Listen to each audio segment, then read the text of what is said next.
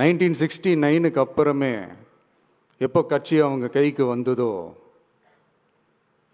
இன்னும் குறிப்பாக சொல்லணும்னா 1972 அப்புறம் கேள்வி கேட்க ஆளே இல்லாமல் போச்சுல்ல. அதுக்கப்புறமே இந்த திமுக தலைமை இப்படி தானே இருக்குது.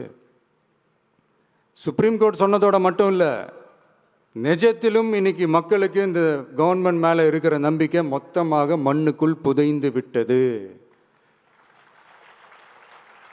இதுவாவது முதல்வர் அவர்களுக்கு புரியுதா? புரியலனா 2026 தேர்தலில்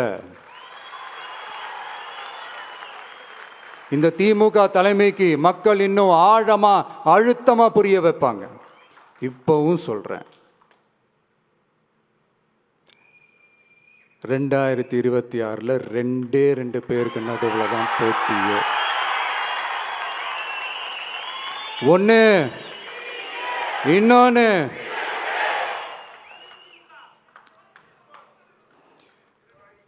இந்த போட்டி இன்னும் ஸ்ட்ராங்கா மாறப்போகுது. 100% வெற்றி நமக்கு. இன்றைக்கு யார் யாரோ கிளம்பி இந்த கழகத்தை அழித்து விடலாம், ஒழித்து விடலாம் என்று கனவு கண்டு கொண்டிருக்கிறார்களே, அவர் கனவெல்லாம் நிச்சயம் எந்த கொம்பனாலும் இந்த இயக்கத்தை தொட்டு கூட பார்க்க முடியாது என்பதை மாத்திரம் இந்த நேரத்தில் நான் குறிப்பிட்டு காட்ட கடமைப்பட்டிருக்கிறேன்.